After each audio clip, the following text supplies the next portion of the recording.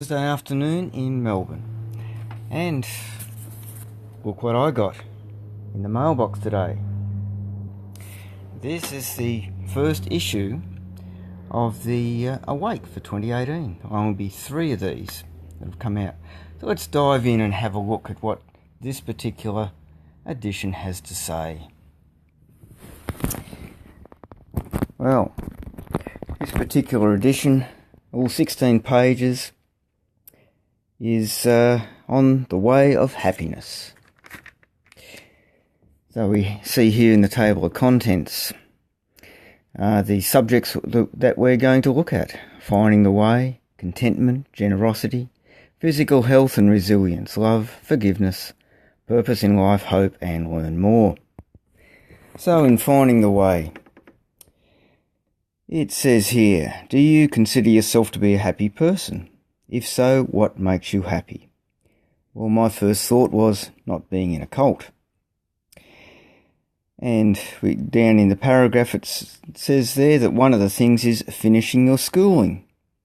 The only trouble is that Jehovah's Witnesses discourage higher education, so they're ruling that one out, aren't they? The next paragraph says that happiness is only temporary. Well, if you read some neurology, you'll know that it's because when you're happy, it produces a hormonal response, and that's what causes the happiness. So the hormones don't hang around forever. They dissipate, and that's why that happiness is only temporary. A bit further down in the page here, it says, happiness results from following a good path in life and living in harmony with sound principles. And one dictionary definition that I looked up on the internet says it's having more positive emotions such as joy, interest, pride and gratitude, and less negative emotions such as sadness, anxiety and anger. So we're going to go over here now and see the way of happiness, contentment and generosity. Our second paragraph here quotes this Journal of Happiness Studies, but there's no reference, so there's no way anyone could really look that up, and it's a journal I've never actually heard of. Let's see our next paragraph. Paragraph 3 says, worry and loss of sleep because wealth has to be protected.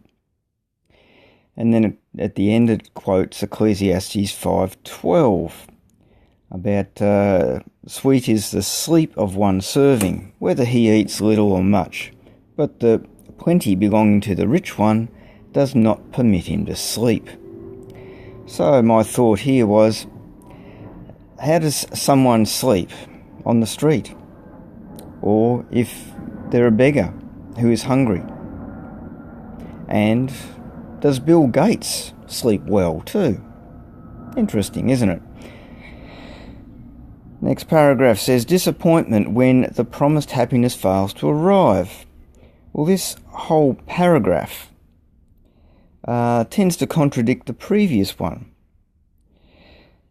because it implies that happiness is synonymous with having money. A bit crazy, isn't it? Go up to qualities that promote happiness. Contentment. So, once again, does a beggar and the homeless person, are they content? I wonder. Generosity. Once again, it says, generous people are happy because they enjoy making others happy.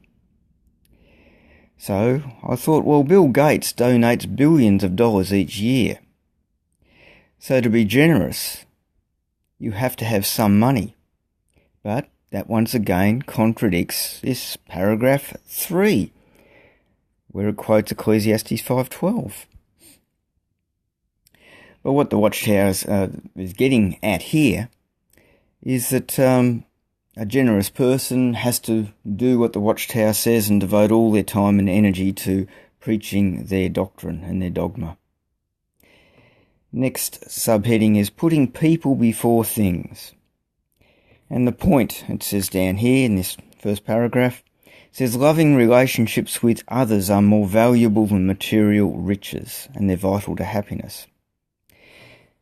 And my thought was, unless the relationship is with a family member who no longer believes, in which case they're shunned and the witness doesn't want to have anything to do with them. It then quotes a couple of experiences here. There's Sabina here as well, and I was just wondering if they're fair dinkum or if they're actually made up. Physical health and resilience. Okay, it's a few things in here that are pretty run-of-the-mill, pretty easy. But controlling negative thoughts, it's a quote here from Jesus, never be anxious about the next day. Which I thought, well, that's very easy to say if you have a roof over your head and that you've got food in your cupboard and your stomach, isn't it?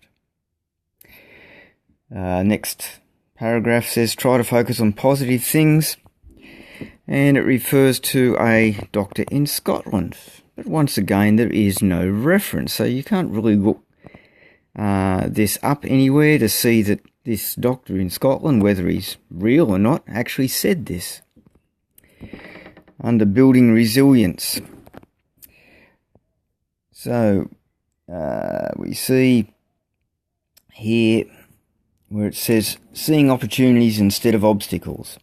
Well, I got that same message out of the life of Brian, always looking on the bright side of life.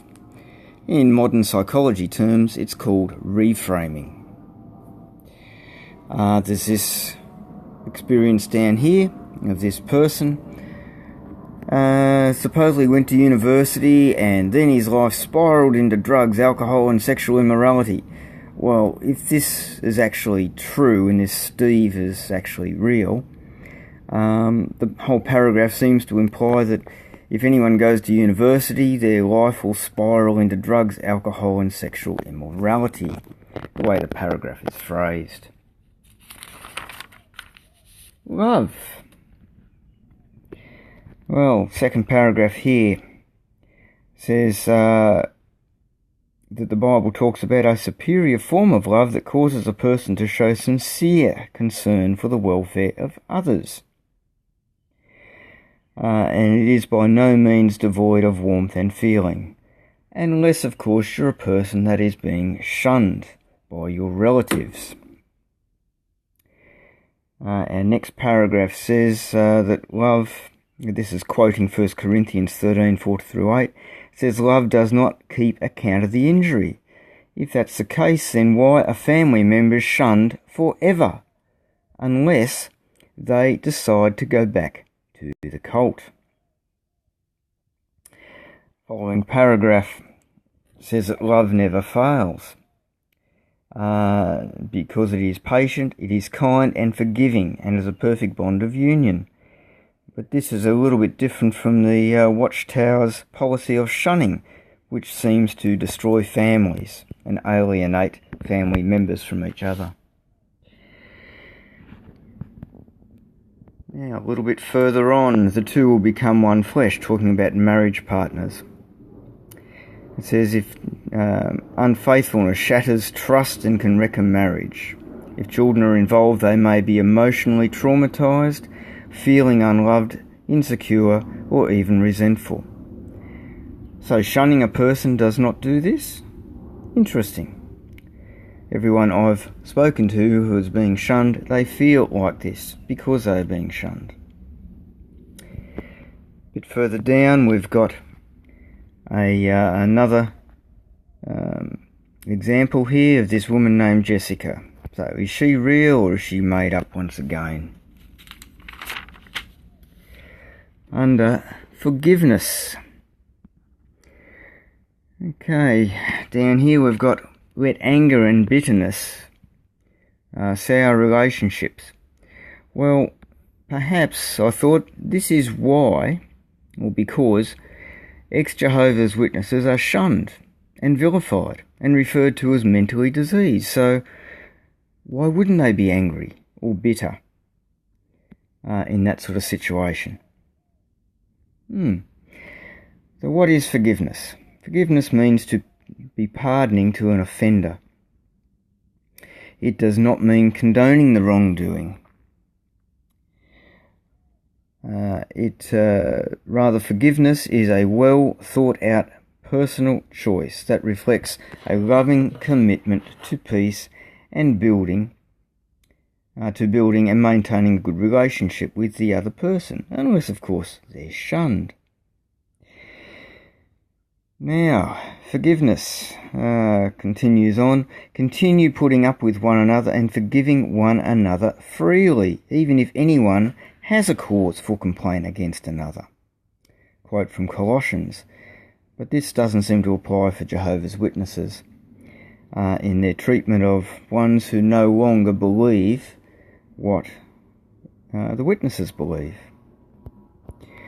Just going back up a little bit here, we've got an asterisk here which refers down to the bottom of the page from the Mayo Clinic and Johns Hopkins Medical website, but they don't supply a reference there where it was found, so it's a bit hard to back check these things, isn't it?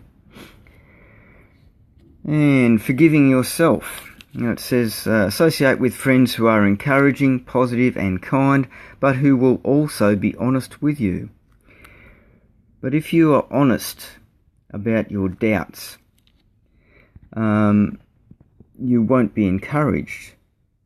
Among Jehovah's Witnesses, you'll be admonished. Bible principles that really work. It's got a person called Patricia here, and it's got another one down here called Ron.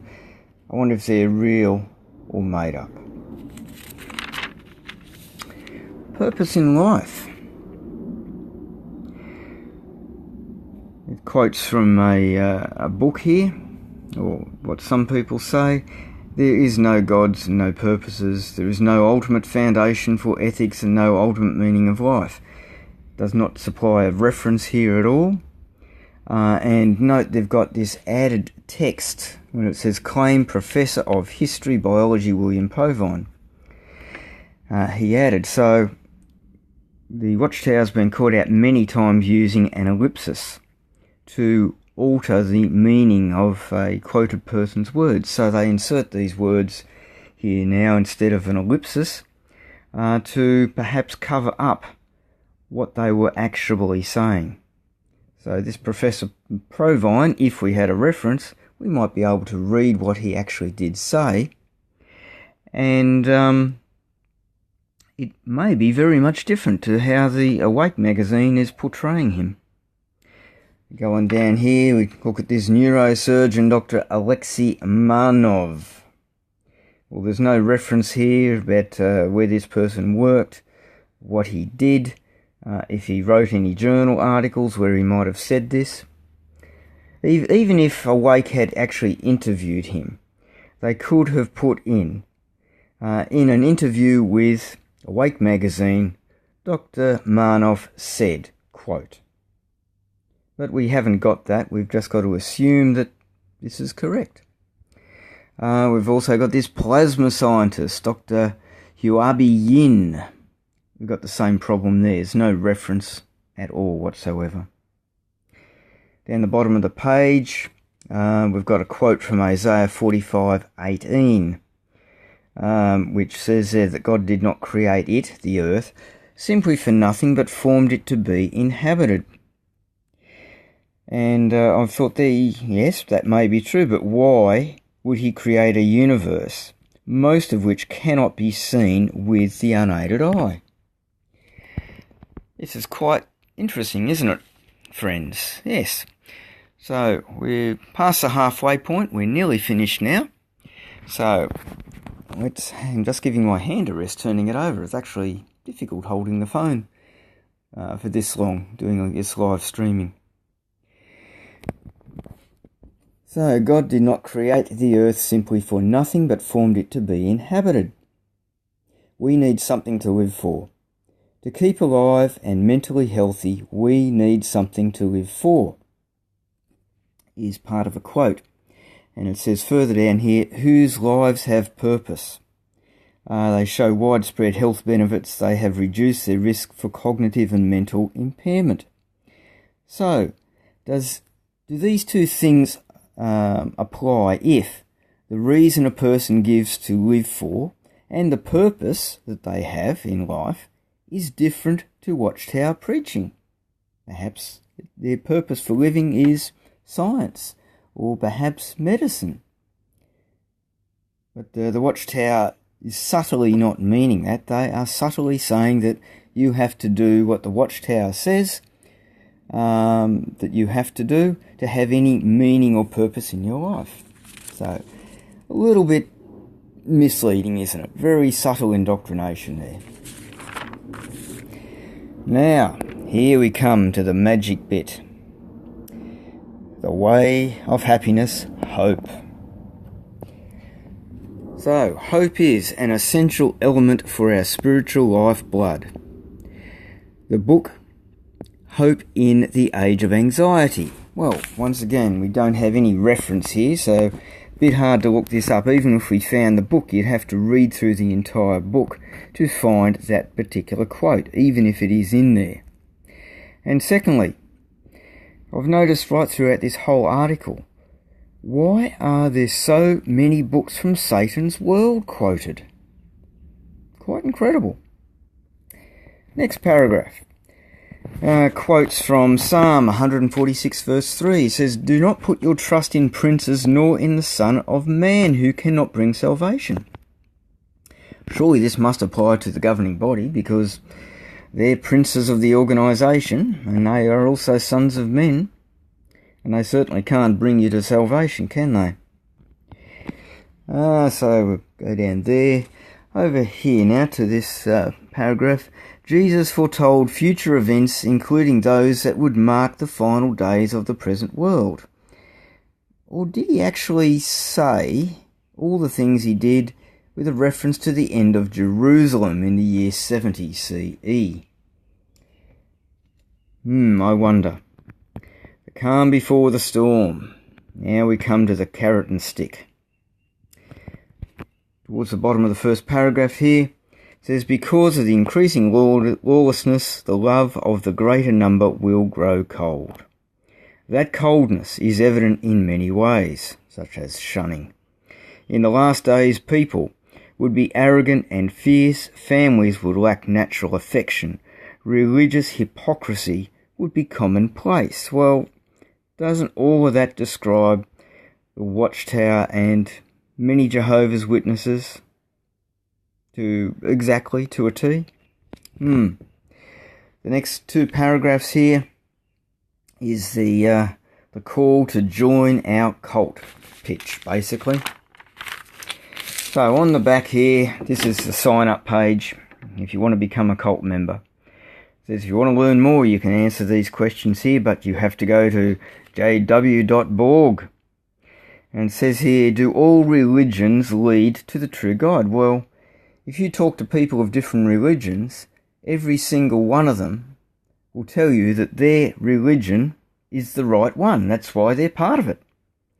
So, really, Jehovah's Witnesses can't offer any real proof that their God Jehovah is any different and any better than all these other gods in the world, can they? And up here we have the propaganda machine. Where can you find answers? Well, jw.borg website. Well, that's it from me from reviewing this edition of the Awake magazine.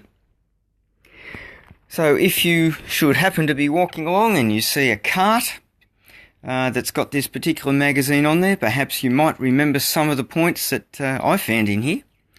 And you might pick up a copy and start up a discussion with the J-dubs there.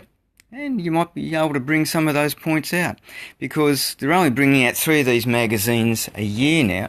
So this particular magazine will be on the carts for probably quite a considerable time. So you've got at least 2, maybe 3 months to look at this magazine and perhaps question them on some of these things.